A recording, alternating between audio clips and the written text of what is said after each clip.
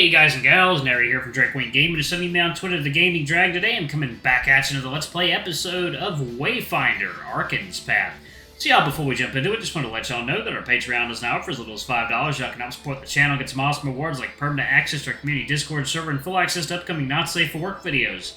Anyway, y'all, let's go ahead and jump right back in. Alarm chain, we're up, and let's go. Alright.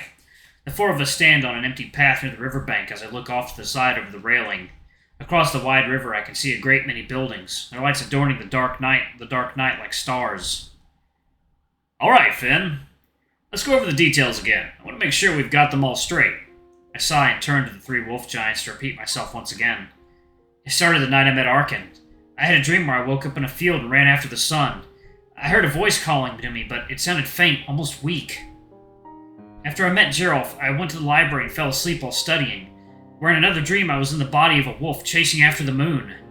Throughout the dream I was being spoken to by the voice again. It was cryptic, but it seemed to want me to find something. Early today I had an almost lucid dream wherein I was pulled through space away from the planet. I ended up in some place that felt and looked like the same place from the first two dreams. It was there that he introduced himself. Skoll. I lean back against the railing and look at the three wolves, in turn as I continue. He asked me to help him find Hati and free their father, and told me not to trust the Aether. I told him I'd try to help him out. Do you even know what the Aether is? How does it relate to this? The three wolf giants shuffled a bit, clearly at a loss for words and trying to come up with something. It's Biorn who speaks up first. I can tell you that the Aether are beings of old that help guide the worlds on their true path. Your realm should have information on them. Being one of their realms, the realm of man, Midgard. Why Skoll is telling me not to trust them, however, I can't say. I can't either, so I decided to move on. Well, about these dreams. Are they typical of finders? Should I expect this more often? Not necessarily. Generally speaking, a finder's main powers are to sense intention, see people's true paths, and to see through glamour magic. It sounds like you're saying that you've crossed the divide, Finn. The fact that you can use magic to speak with us through your mind is one thing. However, unless you're a magical prodigy, I think it's a safer assumption that this is indeed Skoll talking to you and that he pulled you through the divide and sent you back. You were asleep after all, but it shouldn't have been all in the course of a nap. That's what I can't figure out. Nobody can travel that fast as far as we know. Alright, let's say this is all happening and Skoll needs my help finding Hati and freeing their father. Where do I start? I don't really know much about Hati or whoever Wolf Dad is.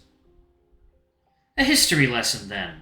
Skoll and his brother Hati are the great wolves from whom the three of our bloodlines hail. Skoll has two separate bloodlines, and Hati has a single lineage. So you know, water time. Alright, y'all, and we are back. Let's go ahead and jump right back into it, shall we? Alright. The families generally work the same way. Two siblings, with the older one being able to have children to carry on the legacy, while the younger one is allowed to mate but must be made infernal magically. But wait, then how are there two Skoll lines? Somewhere along the way, the Skoll line split in two.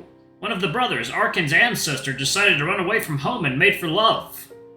He was ostracized and disowned from the great chief's family at the time, and since he was no longer one of the main Skoll line, his descendants had no claim to the seat. However, with the establishment of the Council of Elders, all wolf giant villages have been given an equal opportunity to establish candidates to become the great chief. Arin, if I'm correct, is the first candidate of that side of the Skoll line to reach this stage. I look to Arin. He's looking off to the side in embarrassment. His ancestors being the topic of conversation must not be easy. That's pretty romantic. Arin's ancestor running off from duty and tradition for love and freedom, I mean. But what does that have to do with the Skoll and Hati themselves? How does it all fit together? He was blamed for it. What do you mean, Arin? What was your ancestor blamed for? Arin looks into my eyes with sorrow and sighs. As I was growing, my mother would tell me the story every now and again. She wanted me to remember what my ancestor did, and why he did it, so that I would never hate him for it. The Great Wolf made his children Skoll and Hati lead the wolves. The Great Wolf made his children Skoll and Hati lead the wolves of the Ironwood. Our lineage was tasked with protecting every village and expanding the Ironwood. Those were the only tasks left to us. He knew the traditions were enforced upon our families by their own ideals and not born of the will of our progenitors. Hold on. Protect the villages from what, exactly? The three wolf giants looked to one another for an answer to my question, but none of them seemed to have an answer. A good question, Finder. You're lining things up nicely. I hear the voice, but nobody else seems to. It definitely didn't sound like Skoll. Then who was it? I opened my mouth to mention it when Arin picks back up again. My ancestor and his brother grew up with their friend, a Wolven lass from their village. Over time, both brothers began to love her. One day, my ancestor's brother was named Great Chief, and my brother was prohibited from having offspring. The Great Chief attempted to claim the girl the two brothers had known for their whole lives as his mate. Although she did not love him, she was forced to accept his offer of courtship by her parents. However, in secret, the girl loved my ancestor. The two planned to escape. Although my ancestor was forced magically to be made infertile, his mate was already bearing pups, and so they ran away together to live happy lives. That's how the vessel line was formed. That is not how my people would tell it, though it bears more truth in the versions of the tale I have heard simply by the merit of its storyteller. I do not trust my family to tell a version of events unmarred by some lie here or there to save face. Arin, it cannot have been an easy path, and I apologize for the harm my lineage has done to you and yours. Arin smiles softly at Gierolf and nods. I thank you, friend. You're much unlike your family, and I'm grateful for that. Gierolf smiles as well. So, what about the other lines of Skoll and Hati? Arin chuckles and appeases my curiosity. Well, Gierolf's line is called the Spear line, as they are the legitimate direct lineage of Skoll.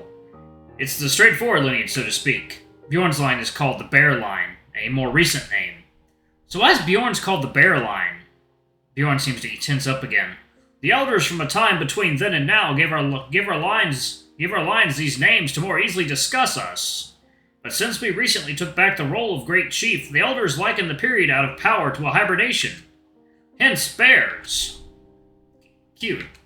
I nod understanding, hiding my delight at the nickname's fittingness for Bjorn's nature. When Bjorn finishes his explanation, I decide to pull the topic away from the talk of names and back to Arin's family history. Arin, what exactly happened after your ancestors left? Why were they ostracized so harshly? I get that he stole the bride or whatever, but that can't be it, can it? Was Gierolf's ancestor really that vengeful? You said he was blamed for something. Was it that? Shortly after all this happened, Skoll and Hati convened somewhere in the Iron Wood. The last sad howls were heard together by everyone. Nobody saw them again after that. My ancestor, he was blamed for Skoll and Hati disappearing. They said he broke the traditions of the Ironwood and that Skoll and Hati chose to leave us because of his actions. The young of my lineage have always been called things like vessels of evil by other children growing up. We generally don't have to deal with that in our village, but outside of it, others can be cruel. Oh, Arin, poor guy. My ancestors have eased up on ostracizing Arin's line through the years, though mostly they simply have done so because they feel it is beneath them. I myself feel the entire thing is petty on our end. More than that, nobody should be blamed for happenstance, and it would appear I was right. From the sounds of it, I would say Skoll and Hati have been enslaved or captured by the Aether. That may explain their anguished howls so long ago. I prod him with my elbow. Weren't you just saying yesterday something about hoping that the vessel wolf failed out before the trial? Gierolf suddenly looks embarrassed and laughs nervously as Arin studies his face. If I am honest, that was not an insult. Arin is known to my family as a pretty active and diligent person. Even I hear tales of his deeds to help his village from my tower. I was hoping I would not have the competition. Arin laughs at this and pats Gierolf on the back. Still, if your theory holds any water, I think we should look into these Aether. If they have captured Skoll and Hati for some reason, we need to figure it out and free them. Maybe doing so will help us determine which of you should be the Great Chief. Well, you still only have half of the story here. Second, water time. Check the time to... Yeah, I should be fine. Okay. Back to Skoll and Hati themselves. The two were known to bicker about what they wanted to focus on for the Ironwood. Hati wanted to expand outside the Ironwood, while Skoll wanted to keep the Ironwood contained within itself to protect every village. Ideally, the Great Chief would focus on both of these desires. Gierolf scoffs and glares daggers at Biorn.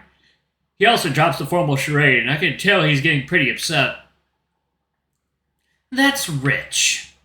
Hey, Arin, does your village feel very protected to you? There didn't seem to be much help from the Great Chief after the Blight, did there? Arin looks taken aback, and then goes quiet as a somber look overtakes him. What is Gierolf getting at? I know things aren't so great everywhere, but when I'm Great Chief, I intend I intend to pull the wolves back from the expedition to protect the villages. Gierolf cuts him off after hearing just a few seconds, clearly not intending to listen to Biorn, as his anger seems to have a hold on him. Biorn is stunned into silence. When you become the great chief, it's because of 2 generations of Hati wolves upholding one of our traditional ideals and ignoring the other that all the healthy and able wolf giants were sent off to distant corners of the world. Meanwhile, the old, sick, and young fended for themselves. I don't intend to let some pillow-sniffing, overwealthy ass take the position of great chief. Biorn looks in shock, looking perplexed by what Gierolf has just said. I want to jump in and defuse the situation, but I'm not exactly equipped well enough to dispute anything. And what exactly are you doing to help? As far as I've heard, you're tucked away nice and safely in your tower, waiting for your prince to save you. The argument between them continues on as I'm forced to watch them bicker back and forth, an insult here and near threat there. Am I in over my head here? Can I really help these wolf giants? Arkin's arm wraps around my shoulder, and I look up to see his worried gaze. Will you both please settle down? This isn't... You ought to be happy someone's standing up to these Hati bastards for you, Arkin. If it goes on much longer, you'll hardly have a village to protect at all. Biorn stops himself from saying what he's about to say and looks at Arkin in surprise. What does he mean, Arkin? Villages like Arkin's were left to rot because there weren't any healthy or able-bodied adults to join the expedition in the first place, and your thrice-damned uncle was only sending recovery to villages that could offer at least a few. Arkin looks away, and I reach up to comfort him. Poor guy. I'm the only wolf from my village who was picked as a candidate. All the other wolves are much too old or have children to care for. Most of our sick have already... He doesn't need to finish the sentence. I run my hand up his shoulder and pat his back. What a miserable thing to know. To have to live with, knowing you can help and feeling hesitant to still after hearing this. If I can help these wolf giants in any way, shouldn't I? Why am I so scared and hesitant to try? Is it because I think I'll fail? Take it down. Water time. Can I really make things much worse than they are? Gierolf joins me in comforting Arkin and stares daggers at Biorn again. We'll have to stick together, friend. As Skoll wolves. Hati wolves just can't change. Bjorn's ears fall back and he walks away, but not before giving Arkin one last look.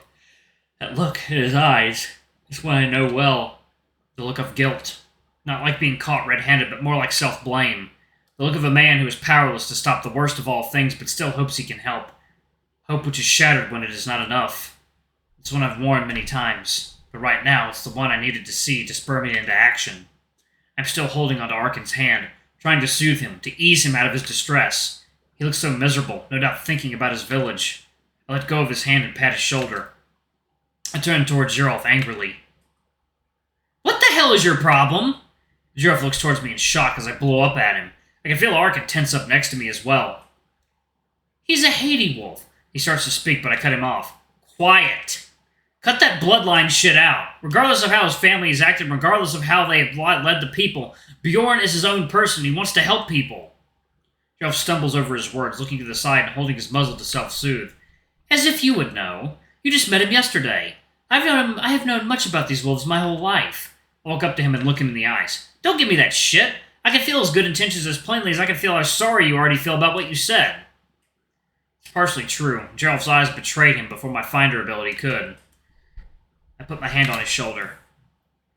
Alright, y'all, I'm going to go ahead and pause it right there. I got to get back to work. Thank you all so much for watching. Don't forget to like, comment, subscribe, and hit that notification bell, and check out our Patreon if you can. It always helps. Anyway, I love you all, and I'll see you all in the next video. Bye-bye!